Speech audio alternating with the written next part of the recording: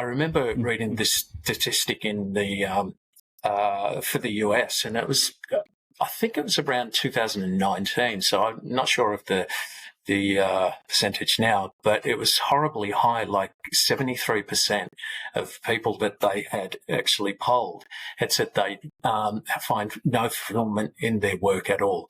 You spend the majority of your time at work, and you hate to go to work, but you have to go to work type thing. And I thought that's a very low percentage of people that actually get fulfillment from turning up to work. But when I thought about it, and I thought, you know what, they're doing what they have to do to pay the bills.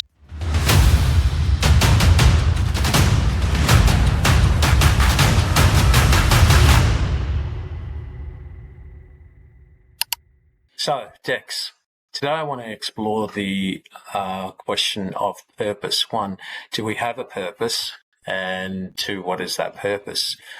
And the reason I want to explore this, a few days ago, I was, and I do this every couple of months, I guess, I kind of look and see, am I kind of aligned with where I want to go, what I want to do in life, and kind of explore it on a deeper level. And for me, there are many different purposes, I guess, depending on our perspective. Like we've got a physical level kind of purpose, get out of bed, get ourselves dressed, get ourselves clothed and washed and whatnot, put food on the table, go to a job, all of that sort of thing. But I think from a spiritual kind of perspective, is there a deeper meaning to my life other than just going from day to day, doing the things that we have to do? And that's really probably the question I explore more than just the day to day. And I feel like exploring that question kind of is a knock-on effect for the rest of our life.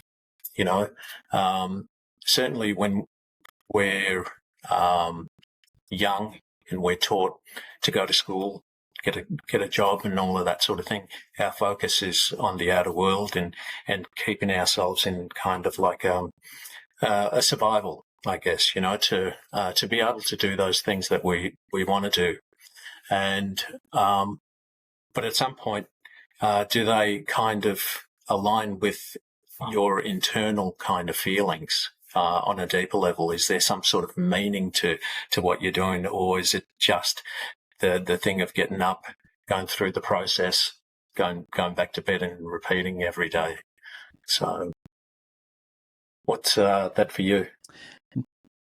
Interesting. It's a the word purpose for me really, again, this is just for me, has only really been something that I would say has mattered in the last third of my life, I would say.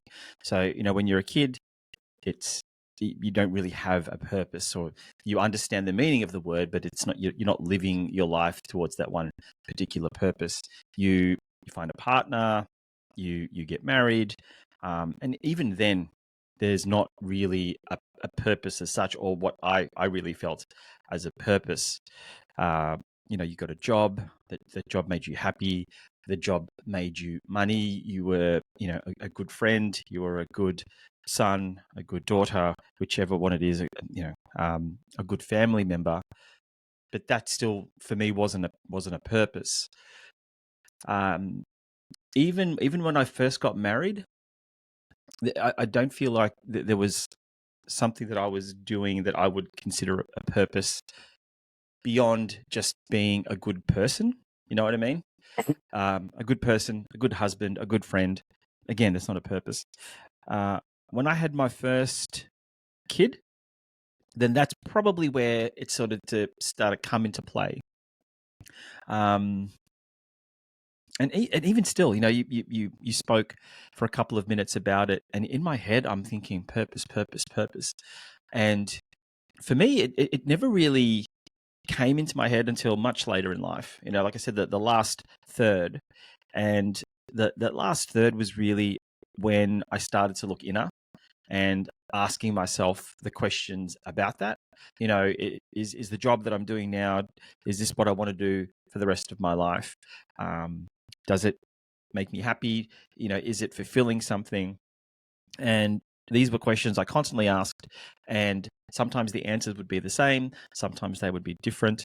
And even still, some of those answers didn't actually lead to a purpose. They might have led to another answer, and I might have explored that answer a bit more. So, for example, if the question was about the job that I was doing, is this what I want to be doing? And if I said, well, no, it might not be, then I might try a different job, something still related to what I'm doing, but not exactly, you know, purpose driven.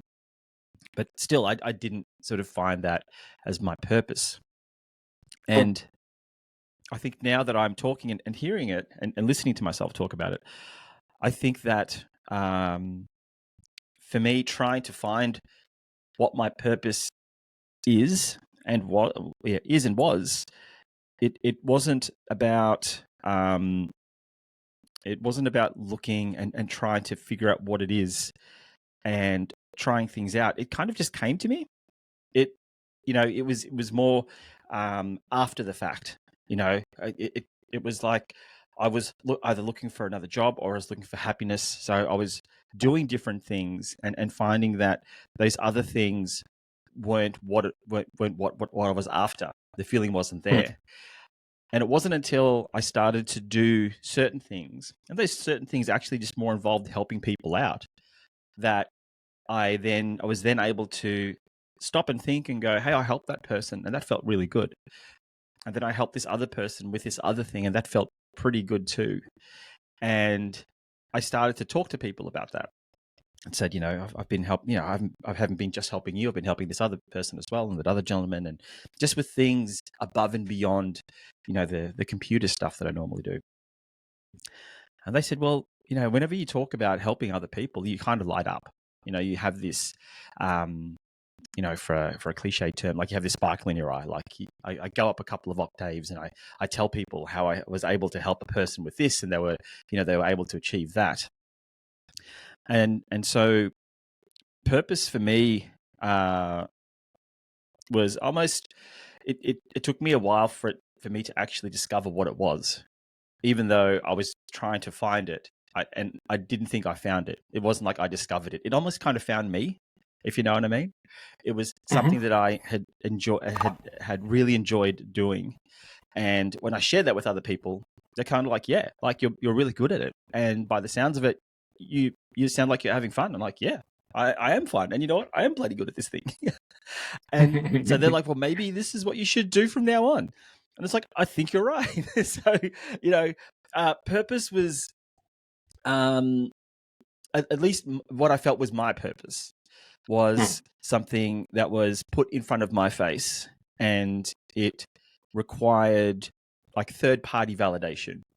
You know, just because I was good at helping people and I'm friendly at helping people and I was able to help people, I couldn't clearly see that was my purpose until somebody said, hey, if you're having fun with this and you're really good at it and you can help a lot of people and they're extremely grateful, like just help more people. It's like, yeah, I think you're right. It's like, and just make a living off that.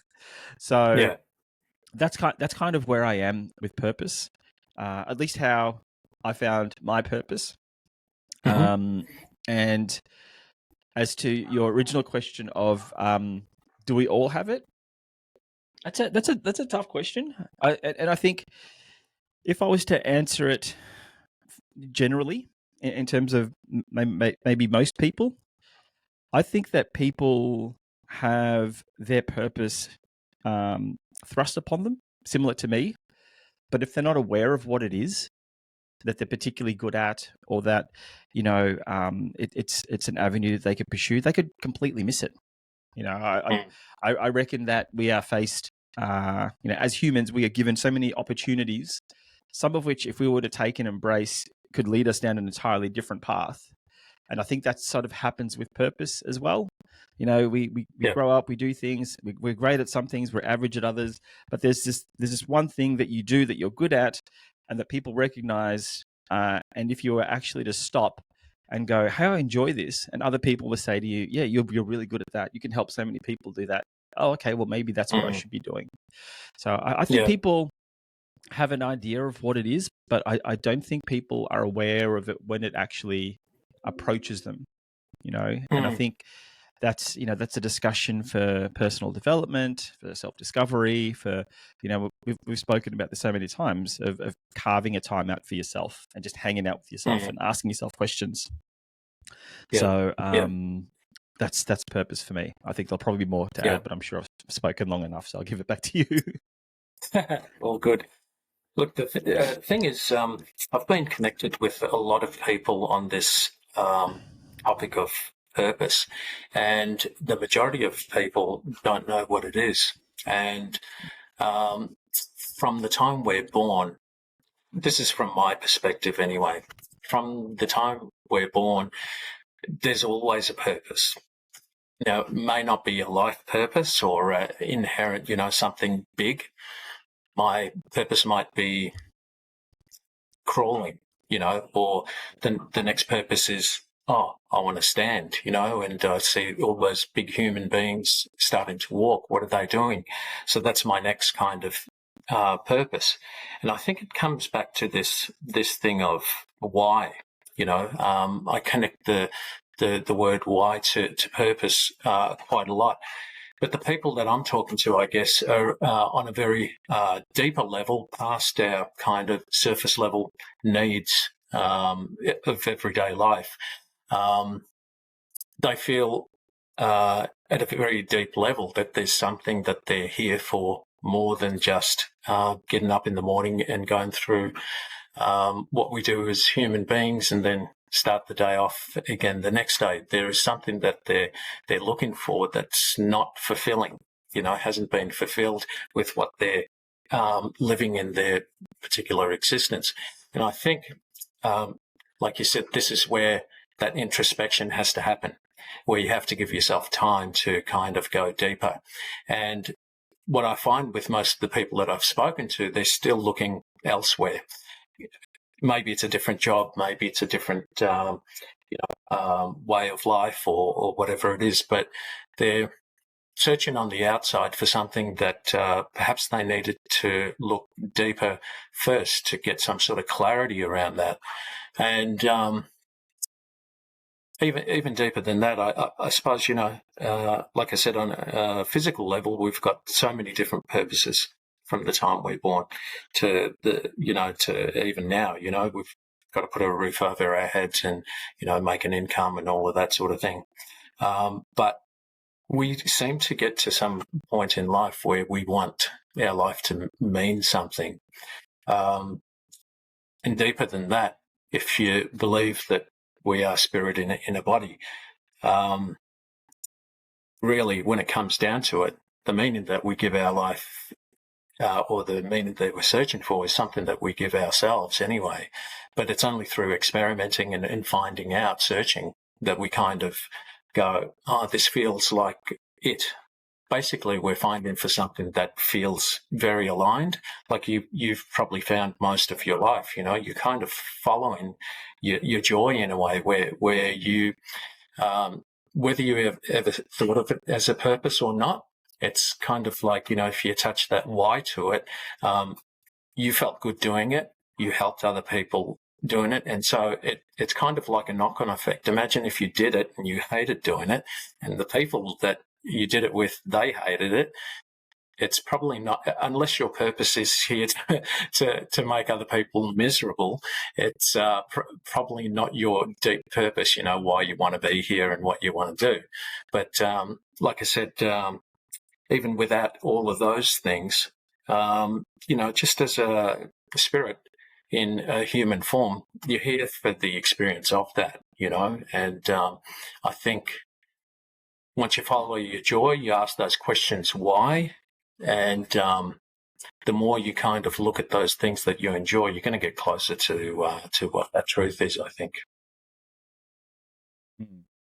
Yeah, that word is such a loaded word, and it has so many meanings, and it has it basically has the ultimate meaning, it's to the ultimate meaning from the meaning that you're putting towards it. In terms of, you were saying before that when you're a kid, your purpose is crawling, your purpose is standing up. So you're taking, you're starting from that point all the way through to basically your life, which is like the ultimate Yeah. meaning of the word purpose.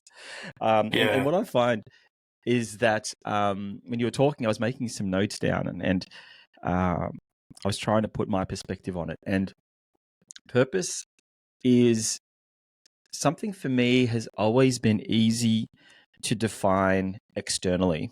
So this person, their purpose is to do this. My car's purpose is to do that. My body's purpose is to do, not so much my body, but a third party element. It's quite easy to define the purpose of something that's not yourself.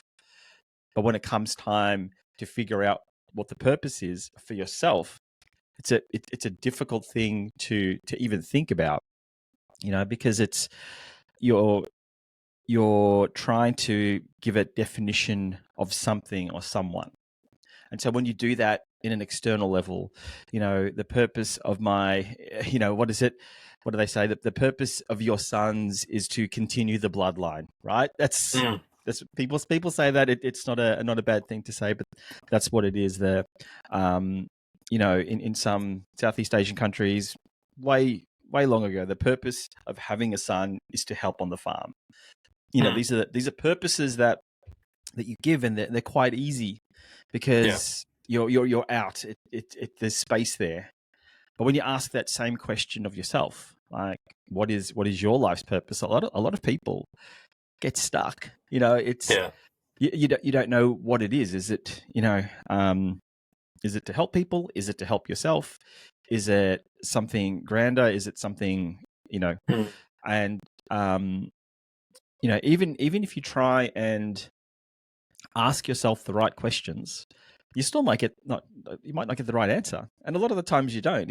I think for me it was something that had come along, and when I actually thought about it and sort of tried it on for size, it actually was quite comfortable. You know what I mean? It's I think I might have mentioned to you before, shifting into like being a coach. The term life coach still still feels funny for me, but what a life coach does basically help people out, help them with goals, help them with growth and transformation. Like that fits perfectly. I'm happy to put on that top and go, oh, this is perfect. But it took a while for me to try and figure that out. So it is one of those things that I reckon that the majority of people out there, as you said, they won't know what it is. They wouldn't know where to start. They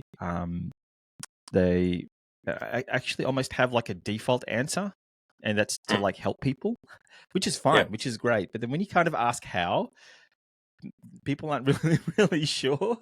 It's almost like a throwaway answer that they give because they know it's the right answer, but they don't exactly know how it goes beyond that. And it's something that I don't. If people were to never find it, I wouldn't get angry. Like I could definitely understand, because as you get on in life, your priorities change, your circumstances change, and what might have been your purpose for the majority of your life, might change for the latter part. Up until a point of me wanting to become a coach, like my purpose in life almost was, apart from the usual family things, make sure that the family is well looked after, they're healthy, and I'm doing the best as I can to be a husband and father and brother and son and all of that sort of stuff. Beyond all of that sort of stuff, like what is my purpose to society? And it was basically to help people with computers. That was kind of it. But it's like, is that it? Like, what's beyond that? And it just so happened that, helping people beyond their computers, because I've known some of these people for a very long time now. I'm able to do that in a place where there's trust involved, and there's a lot of caring, and so they're able to open up to me, to give me details that they wouldn't give to any other people, and I'm able to help that out. I help them out. And so after that, rinse and repeating that with other people, and seeing how much I've helped, their lives. And I think now that I think about it, I would have had the same kind of experience in helping people with their computers, right? So people come to me, they're stressed. This is broken. This isn't working. I fix it, and then they're all kind of happy. So that probably gave me a little bit of an indication as to how even just helping a person out can make them feel. Now, you take computers out of the question and change them with something else, either with their life or even just a listening ear, something that I could help with that they might not know about, a word of advice or a recommendation to somebody if they're having problems with, their family member. And it feels really good. So it's a tough thing to know about yourself. And in hindsight, it might be a good question to ask those close to you. If you were to have that discussion where, it might be like, so like, Shane, what do you think, knowing me as a person, what do you think I'd be good at? Like, what do you think I could help with? Do you think if there's a particular purpose, like why are we here on this earth? And I think if we were to answer for other people, it could be a bit different, because when you try and answer it for yourself, it's very hard. But, I could say, Yeah, sorry, I was going to say, I think, that's a really good point. And this is also a good reason why engaging a coach is really good, because they see what you don't see. Now, they may not know you on a personal level straight away, but they do see a lot that you can't see, where you seem to walk around with, blinkers on, or blinders, whatever you call them. And, there are certain talents and things that we have intrinsically, things that we've learnt over time, and not just skills that we've acquired, but things that are very, very natural to us, that and abilities that other people see that we don't seem to kind of acknowledge enough, and but those of us that are able to look at ourselves in the mirror and kind of acknowledge those things, I think that's where you kind of find, your purpose much quicker in life, because you're very aware, self-aware. And I think that's the secret to it. And if you're not, then ask people around you, because I remember asking even family, what are my top 3 kind of attributes or things that I can help people with? And I thought they were going to say things like art and music, and it had nothing to do with that, even though they knew that these were things that I did. But it was more in terms of listening, being able to kind of solve problems really quickly, and kind of create some sort of a blueprint for kind of going from here to here. Even though sometimes we can't do that for ourselves, we seem to be able to help other people do that, which is, I think, really important. Where most of us, or the majority of us, aren't born on an island by ourselves, so we are here to assist in any way we can. And I think as we do that throughout the ages, this is how the consciousness of human beings evolve. If we just had to evolve by ourselves, we'd probably still be swinging from trees. But as we learn more and assist other people in the things that we learn to do, and that's a part of living your purpose, kind of living your best life, finding out what you love to do and how you love to do it, then helping other people doing that. That's how we help other people evolve as well. And while we're doing that, helping other people, then we in turn also evolve in those skills. So, what? There's an idea in that what you just said. I mentioned it as well, but you took it, I think, to a next level. Is that there's that's a quite a difficult conversation to have generally. Family is at least my family, and the family that I talk about. There's the conversations are usually quite high level. They're not really sort of deep down in the weeds. And usually if a conversation has to go that way, there's a bit of prep involved, timing. Okay, we'll make sure who's over there and what's going on here and how long is this going to take. But I kind of love the idea of trying to, not so much formalize, but trying to organize a discussion with either family or friends where that's the sole that's the sole purpose. That's the sole idea, is to discuss that, and the preface is, okay, so without the mention of any computer skills or mechanical skills or technology skills, like what do you think I have? What are the people skills that I have that you think that I excel in? And if you get a group of, like a close group of people together, all you need is one or two people answering for you, and then you can answer back for them. And with the sole purpose of finding out what that is, because once you're exactly right. I know I'm a good listener because that's what people tell me. And if no one told me, I wouldn't think I'm a good listener because it's just me. There are certain things that you as a person, you're just you. So it's difficult for you to say that because it's part of you, right? And it's not until somebody actually says to you, you're a good listener, or you give great advice, or you help me get from A to B quite easy. You make things easier to understand. Until somebody says that to you, a couple of times, and then you start to think about it, and you then kind of go out of body, right? Am I a good listener? And then beyond that, after being told that, you sometimes pick up yourself on certain things, and it's like, you know what, you're right. Like I just had a great chat with a friend, and she spoke for like an hour, and I spoke for 5 minutes. So I'm pretty sure I'm a good listener. So once you're aware of those skills that you have, even though you might not call them skills because they're just you, then it becomes easier for then you to go, okay, so with these skills that I have and that I enjoy and that I'm good at, like what is it that I can go into? Provided that you want to go down that path.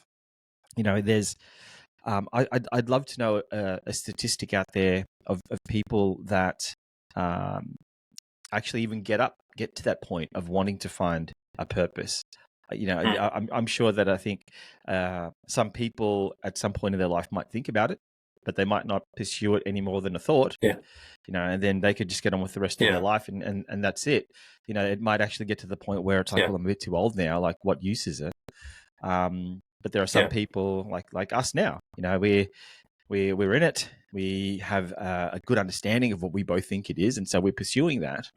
And so it's kind of sad to think that people may have missed out on their purpose, either through age or just not being self-aware or anything like that. And so that idea, it'd be actually interesting to actually organize a get-together of friends that know each other for that strict purpose, is to ask those questions. Because the person that talks the most might be like, well, you talk the most, but the way in which you talk has an effect on others. Like you're quite influential, but what you talk about is needed. Like more people should hear it. And they're like, oh, okay, well, maybe I should talk to more people. So I'd love to see that sort of stuff happening, because it's generally not a thing that people do. A lot of discussion is very high level. It's not very deep. Yeah. We started a tradition, or my niece started a tradition many years ago, where we kind of posed these questions at Christmas, and we kind of went from person to person, asking deeper questions, and it was basically, what can you reflect back on for the year, and and looking forward as well, but just random questions that kind of got you kind of thinking deeper than just, it's Christmas, it's a lovely time, but what could you really be grateful for? But there was something that you said that made me remember a horrible statistic. This is on another note, sorry, but I remember reading this statistic in the for the US, and it was, I think it was around 2019. So I'm not sure of the the percentage now, but it was horribly high. Like 73% of people that they had actually polled had said they find no fulfillment in their work at all. 73% is kind of unacceptable, I thought, at that time, because you spend the majority of your time at work, and you hate to go to work, but you have to go to work type thing, and I thought, I understand that, how they kind of felt. And I thought that's a very low percentage of people that actually get fulfillment from turning up to work. And I thought that has to change, and that kind of put me on this kind of trajectory to try and kind of change that in any little way that I could, but that had to be for me first. But I remember seeing that statistic and I thought that's horrible. But when I thought about it, and I thought, you know what, they're doing what they have to do to pay the bills. That's what we all start off doing. But, I think there's a part where things change and we kind of go, why am I doing this? I think you might have been very kind of self-aware that you kind of enjoyed what you were doing, and that's really where most of us want to be. And I think when I got into my early 30s is when I started not enjoying work anymore and a lot of other things. And so I could really I could really see where these people were coming from, the 73%. And I really tied that thing to something of purpose, something deeper, because we can all turn up to a job and, do the thing that we had to do and get the money and probably be pretty good at our jobs. But what was it beyond that, And so I could really kind of understand and, connect with what was happening there, But, yeah. Anyway, it was, for me, it was just a shocking thing it's to funny read. that, yeah. No, I think that, when you were talking there, in my head, I had the question of, do we really need to know what our purpose is?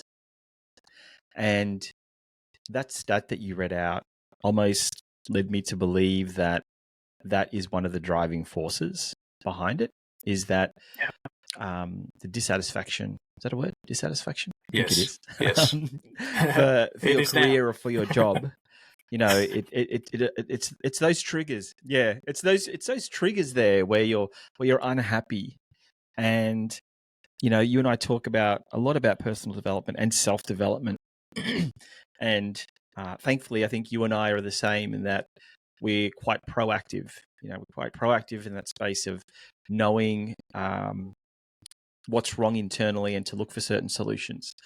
And it's things like having a bad job or a bad boss or bad working conditions that almost force people to stop and then look in and go, I can't work for this company anymore, or I can't keep doing this anymore. What else is there? And that's when it's that trigger to then look inside. Okay, well, what am I good at? What are my skills good at? And generally in that mode of trying to figure out what it is, it sort of starts from beyond just that career and goes out. Okay, so it's not just my career that I'm looking at, like what are my skills? Because in your head you're going, well, I'm going to have to interview. Well, what else am I good at? Well, I'm good at listening. I'm good at helping. I'm good at this and I'm good at that. And then next thing you know, you're almost doing a mini journey of self-discovery. And I think it's during those moments there that people, if they keep that train going, they go, okay, well, what else is there? Like, is this do I want to go into another job doing the same thing, and it might be good for a couple of months and might end up the same as the other, or do I want to do something else?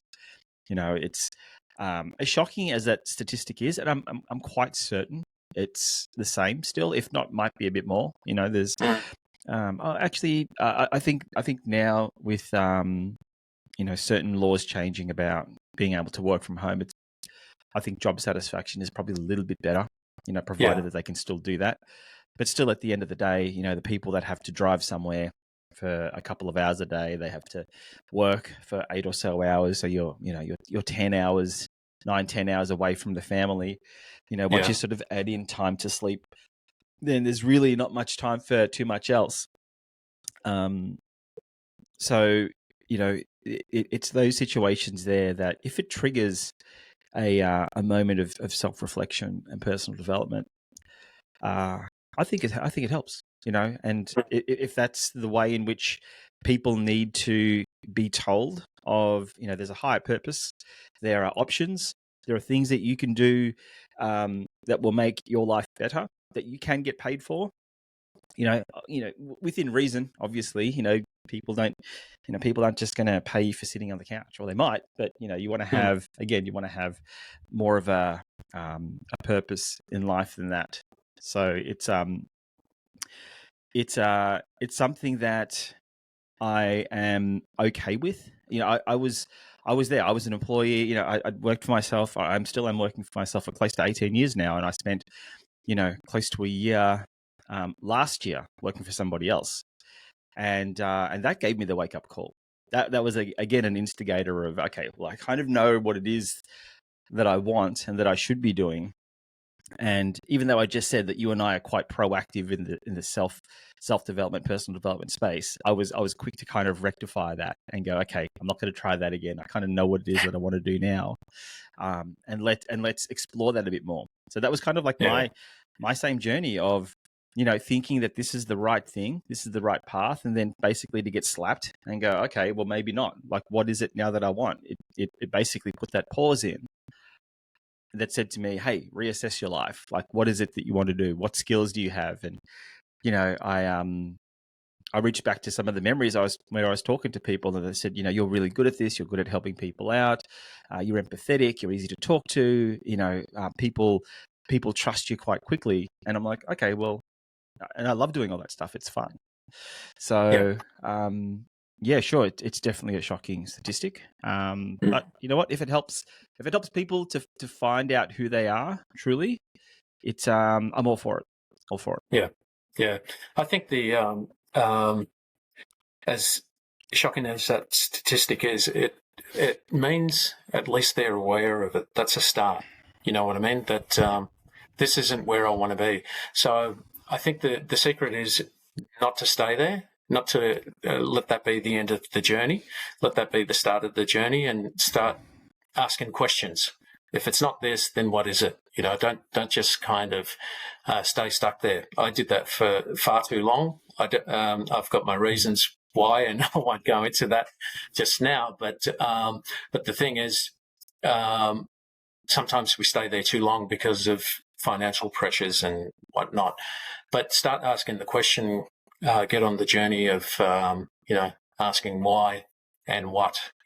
What would I rather be doing instead of this? And make it happen somehow.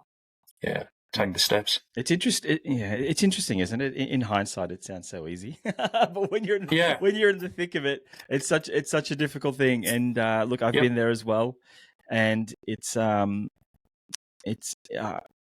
was reminded of this when I was at a sales call, and it was for a product. It was for a particular amount of money, and people were umming and ahhing at the price, and the gentleman that was running the sales call said that, okay, this is a particular amount of money. I think it might have been $10,000.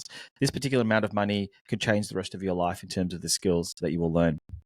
And people were still weren't sold. And he was talking about being able to get that money somehow, sell things, all that sort of stuff. And people, I think, we're starting to get it in a way. And then he put it like this. He said, if somebody kidnapped a member of your family and the ransom was $10,000, how long do you think it would take for you to get $10,000? And you think about it like that, and you go, yeah, you'd make a couple of calls and you'd get it straight away. Now, sure, it's different between doing a course and then paying off the ransom, but it goes to resourcing. It goes to, like, well, how important is this decision for you for this money that you need to get? It's, when people say it's impossible, like, when you were talking before about being stuck, I immediately thought of people that were saying, well, I am in a similar situation. Like if I don't work, I don't get paid. If I don't get paid, I don't pay rent. Like what do I do? And Yeah. I think that's where ego comes into it a little bit. There are certain things that there are some people that are happy to live with some of the decisions they make. It could be moving in with a friend. It could be moving back at home. It could be things that on initial thought is a no-go. If you've bought a house or if you're renting, and in order for you to stop this career and maybe go back to school to get skills to do something that you actually love, if that means you have to move back home with your mum or your sister or whoever it is, like, then do it. It's something that people face in terms of, well, what are people going to think about me? And it leads me to remember a book that I kind of just finished reading. It was Mel Robbins. It was called The Let Them Theory. And oh wow, yeah. I read most Someone of the book. just told me about that good. today. Yesterday. Oh yeah, yeah. It's pretty good. And basically, it's called The Let Them Theory, but she kind of extends it a little bit, and she calls it the let them / let me. And it's basically a response to anything where you might feel apprehensive or embarrassed or angry at a situation. So let's just say, for example, we were talking about having to move back at home. And it goes, well, what are my friends going to think? They're going to laugh at me. So the response is like, let them, let them think that, if I publish myself, if I publish some videos on social media and people think I'm a bit woo woo, like I might get embarrassed. What are they going to think? And it's like, well, let them think that, let them, it's almost that default response. And then the rest of it is let me.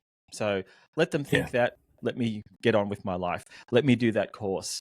Let me publish more videos. And that's kind of what I think is standing in the way for a lot of people. It's pride. And I understand that as well. I understand there's pride involved. There's ego. There's this feeling, especially for guys, where, you only ever want to be sort of on the up and up. And so when there's a change in life circumstances where you're either having to take some steps down, guys generally don't want to do that. Like, one, they don't want to talk anyway. That's just kind of how we are, unfortunately. But you're always thinking that, okay, well, here's my friend over here, and his career skyrocketing, and here I am having to, borrow money or having to change, like do another job. Like, let them, let them think that. Yeah. It's something that I'm embracing that myself, because there are some things that is associated with coaching that I'm not overly comfortable with. Not comfortable in terms of I don't want to do it. It's comfortable because I've not done it before. And so in my head, I am asking those questions. What are people going to think when I say this? What are people going to do when I do that? And so I'm constantly putting that let them theory in front of me. It's like, let them think that. That's fine. And strangely enough, the people that I have told, and my my forecasting of what they would say is entirely different. It's hilarious to me, because in my head, I don't know if it's just a me thing, but I think it's just a guy thing generally, where if you play scenarios in your head, the outcome is normally more on the negative side, right? So that when it does happen, then you're kind of prepared for a bit, and you're not disappointed, right? It's almost like, I kind of remember maybe asking girls out when I was young and thinking to myself, they're not going to say yes. Like, that's what you say to yourself. And so when you do that and they say no, you're kind of like, see, she was going to say no anyway. Yeah, see? But then she says yes, you're like, oh my God, it's like, it's perfect. So, so it's those things there where I'm starting to tell people what it is that I'm doing with a bit of apprehension. And it's almost been like all of it. It's been positive. They're like, oh, that's a great decision. I used to life coach. Oh, I had a life coach for many years, and that you'll be really good at that. And I'm always surprised. I'm like, I should have told these people before. Like, it's juice. It's this energy juice that when you tell people and they said, yeah, you should really do that. I'm like, oh my God, I should have told them before. But it's those stories that we tell in our head that that hold us back, and it goes back to like what you were doing before with your your Christmas stories. Like that's a tough thing to do for many families. You know what I Yeah, mean? It's yeah. it takes a strong, committed family to sort of do that en masse, because it's like, what do we talk about feelings and stuff? Really? Yeah, we find it quite enriching, actually. It's something that we've done for a number of years now. But we're kind of that kind of family anyway. We kind of we don't like to kind of leave things unsaid or on the surface, So that's a good thing. So I guess when it comes to things like coaching, it's I've had many years of practice anyway, kind Yeah. of thing. But Yeah. it's interesting, this thing of these negative stories that we tell ourselves, having probably spoken to far more women than men about this kind of stuff. I can tell you, it's just a human being thing that we've our brains just or minds play like this tape in the background, and it always defaults to this negative kind of tone. Obviously, a lot of this is from our past, and it just keeps, there's just thoughts. They're just thoughts, and but it defaults to that. It's because, it comes from a place of protection. Those people that loved you, they told you, don't do that, don't do that, don't do that. That's all from protection. They love you. But unfortunately, you don't hear all of that when it's in the here and now. And it keeps coming up. But it's interesting. Yeah. I kind of lost where I was going to go with that, but no, that's okay. Before we wrap this up, let me ask you the last question then. So, what is your purpose? Interesting. Look, I've been trying to answer this question since I was 17 when I asked this. So it's something that's kind of bothered me most of my life. I've done a whole lot of stuff that I really enjoyed, but never felt like it was the juice, if you know what I mean. But the closest I've come to it is I came on this into this experience to spread love and peace. That's it, in any way possible. And the closest I've got to it now is through helping other people out of their pain. And so the more I do that with other people, when they're stuck, and I help them get to a place where they're enjoying their life, I've fulfilled my purpose. So as simple as that. It's not a particular vocation or calling or anything, but I've really got to that place where I've gone so deep into myself that it just comes from a place of love and peace. That's it. Yeah. And you? I'm the same. It's it's funny because it's you know what it is, but it's hard to describe in a single sentence. Unless you're the type of person to make it like an elevator pitch, where you can answer it easily. It's always a difficult thing to answer. And generally it does come down to me helping people. In whatever aspect it is. It's it could be something, as you said, they could be stuck. They could just need to be listened to. They could need some options and just someone to help them see and get some clarity. There could be some technical stuff as well, even just things that they don't have anybody else to turn to. I do find that helping people in that way does give me that juice, because they're then, once you help a person once, then they're more open to share more.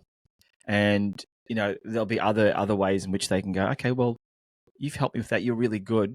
I also have this other thing that I might need help with. And when I help people, I find it helps me just as much, in terms of either solidifying a thought process I had, or giving me a new skill, or allowing me to think differently, because helping people, for me anyway, isn't all about having the right answers. It's about exploring options.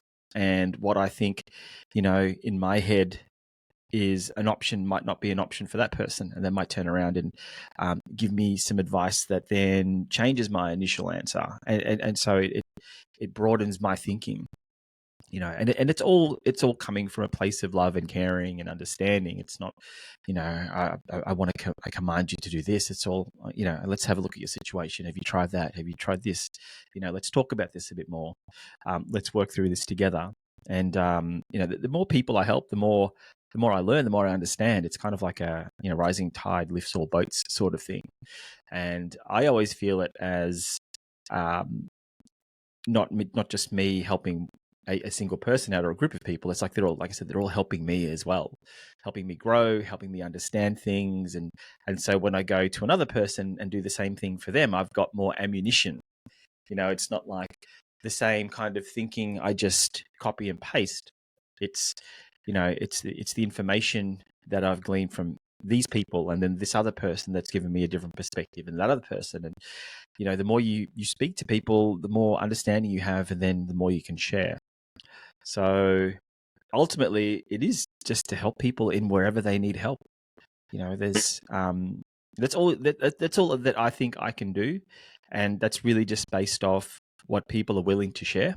You can't help fix a person's problem if they don't tell you what the problem is in the first place. Yeah, so correct.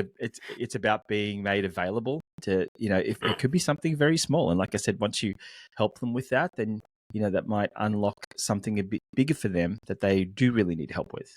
And once you've gotten that trust and you've got knowledge from so many different avenues, then you're able to help them, or at least better equipped to help them. Yeah, 100%. I think everyone's just got to start from an open place, Sometimes people don't know why they're stuck, and what's going on with them. But all they need to bring is an openness of, being vulnerable, which is not easy. But, at the end of the day, we're here for them. So, yeah. That's our next topic for discussion. 100%. All right, openness, beautiful. Being vulnerable. Has to be that. There's going to be a bit of a guy focus, but don't worry, you females out there will help you too. That definitely from a guy's focus. Sometimes I think females are a bit too open and just, want to talk a lot, whereas guys are the total opposite. They don't talk about anything else except for cars and footy and golf and everything else. So I think that's the perfect topic for our next one. We can go into that. Yeah. Yep, sounds Cool. Good. Perfect. All right, man. Take it easy, Shane. Chat to you soon. You too. See you, buddy. See you, mate. Bye. Bye.